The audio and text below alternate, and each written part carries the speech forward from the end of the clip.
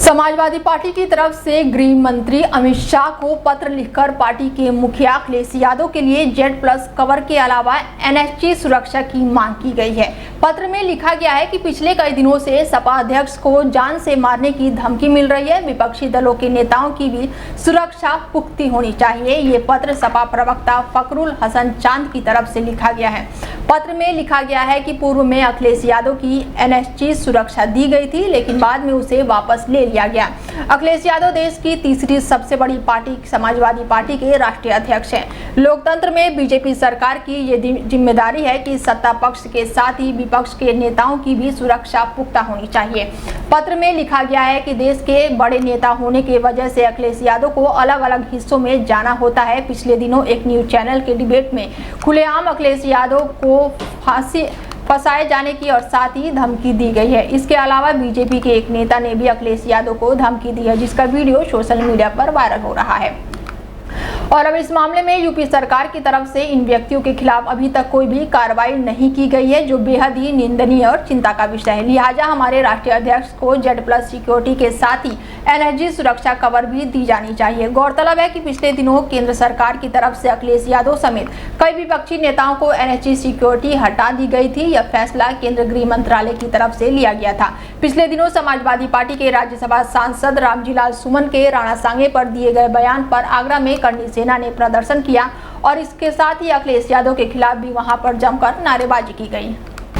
पाकिस्तान के army chief general असीम मुनीर ने 3 से 16 अप्रैल तक इस्लामाबाद में आयोजित ओवरसीज पाकिस्तानियों के पहले सालाना सम्मेलन में भाग लिए और इस सम्मेलन में उनका अंदाज किसी सेनापति का नहीं बल्कि एक कट्टर धार्मिक प्रचारक का था। 16 अप्रैल को भाषण में उन्होंने भारत, हिंदू धर्म, 2 राष्ट्रीय सिद्धांत, कश्मीर और गाजा जैसे मामलों पर बयान दिया, जो न केवल विवादित था बल्कि विभाजनकारी और नफरत फैलाने वाले भी थे। जनरल मुनीर ने 2 शब्दों में कहा कि हमारे जीवन के हर मुमकिन पहलू में हिंदुओं से अलग है। यह बयान मोहम्मद अली जिन्ना के 2 राष्ट्रीय सिद्धांतों की वही पुरानी व्याख्या है जिसमें मजहब को राष्ट्र निर्माण की नींव बताया गया। आगे उन्होंने कहा कि हमारा धर्म, रिवाज, परंपराएं, सोच और महत्वाकांक्षाएं अलग है, इसीलिए हमारे पूर्वजों ने पाकिस्तान की नींव रखी।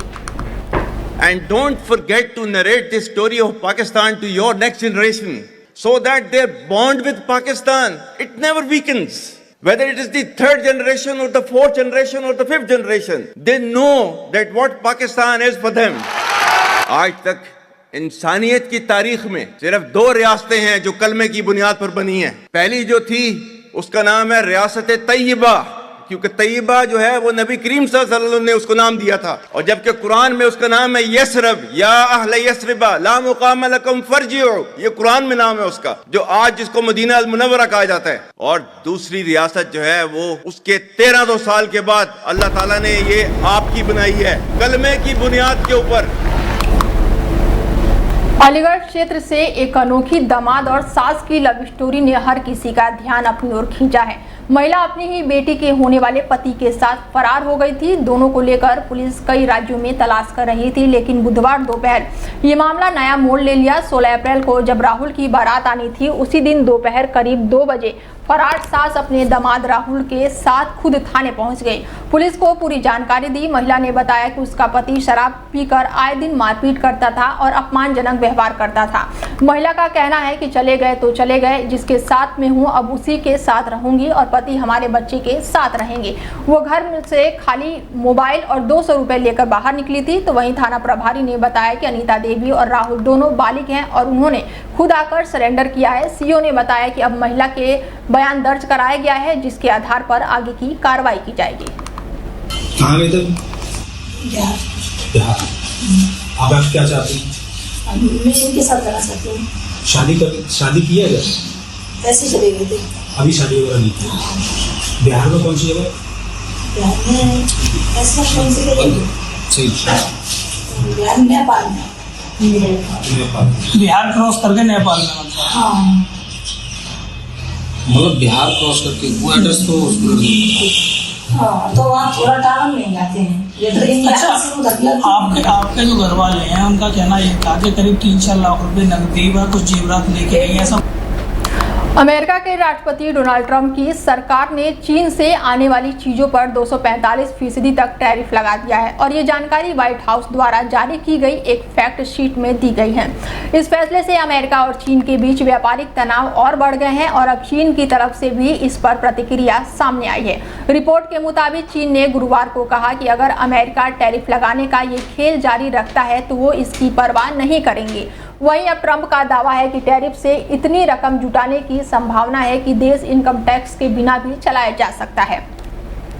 उनका कहना है कि ऐसे 1800 के दशक में हुआ था। उधर चीन ने ट्रेड वॉर पर अमेरिका से बातचीत करने को कहा है, लेकिन सम्मान की शर्त रखने को भी कहा है। चीन ने कहा है कि वो बात करने को तैयार है अगर राष्ट्रपति डोनाल्ड ट्रंप सम्मान दिखा रहे हैं तो। इसके साथ ही चीन पर 245% टैरिफ पर कहा है कि अमेरिका ब्लैकमेल करना बंद करे। टैरिफ से अमेरिका की होने वाली कमाई के बारे में डोनाल्ड ट्रंप ने कहा है कि एक साल की अवधि में अरबों और अरबों डॉलर और सैकड़ों अरबों डॉलर।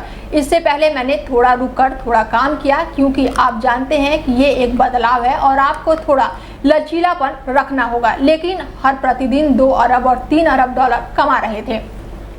हमने कभी इतना पैसा नहीं कमाया। बता दें कि डोनाल्ड ट्रंप ने दर्जनों देशों पर टैरिफ पर 90 दिनों की रोक लगा दी थी। यह अचानक किया गया परिवर्तन था क्योंकि पहले ट्रंप ने कहा था कि टैरिफ पर वॉर नहीं होगी, इसके साथ ही और टैरिफ पर रोक भी नहीं होगी, केवल बातचीत होगी। तो वहीं अब चीन के विदेश मंत्रालय के प्रवक्ता ने कहा है कि अगर अमेरिका सच में डायलॉग और समझौते के जरिए मुद्दे को सुलझाना चाहता है तो वो उसे बेमतलब का दबाव बनाना, डराना और ब्लैकमेल करना बंद करना चाहिए। चीन के साथ बराबरी, सम्मान और आपसी हित के आधार पर बात करनी चाहिए।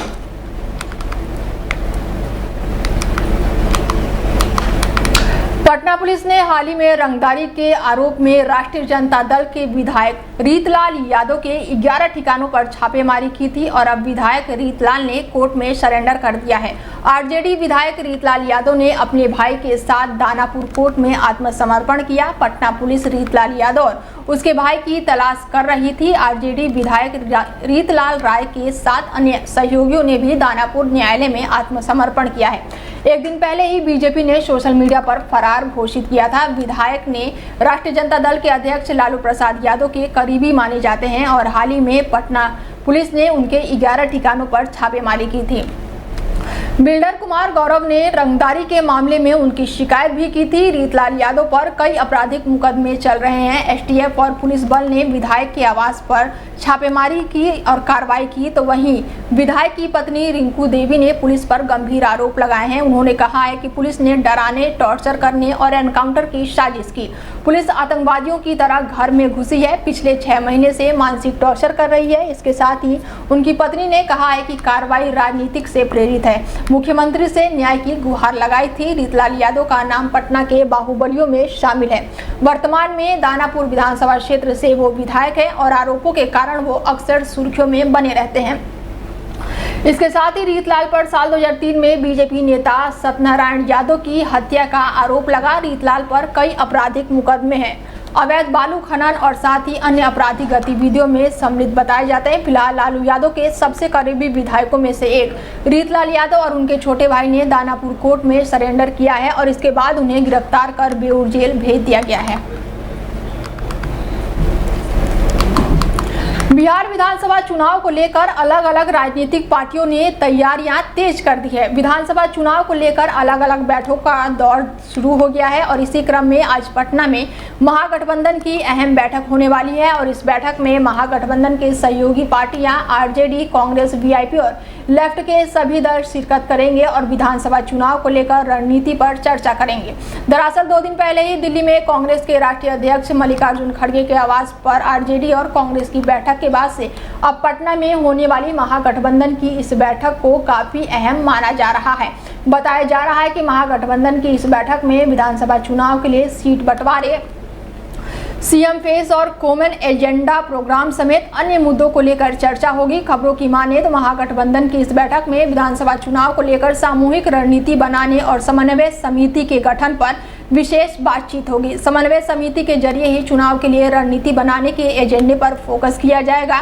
वहीं बीते दिनों कांग्रेस और वीआईपी के इशारों पर ही सीट की मांग पर सियासी गलियारों में बहस छिड़ गई है, जिसको लेकर इसमें बैठक हो रही है और ये बैठक कई महीनों में काफी खास मानी जा रही है। इस बैठक के दौरान सीएम फेस पर सहमति बनाने की कोशिश की जाएगी। दरअसल आरजेडी की ओर से तेजस्वी यादव को बार बार महागठबंधन का सीएम फेस बताया जा रहा है, लेकिन कांग्रेस इसको लेकर पूरी तरह से तैयार नहीं दिख रही है और ऐसे में बैठक के दौरान सीएम फेस को लेकर भी कुछ तय किया जा सकता है। वहीं बिहार विधानसभा चुनाव के मद्देनजर महागठबंधन में 50 से 70 सीटों का पेच और मुख्यमंत्री के चेहरे को लेकर घमासान मचा हुआ है।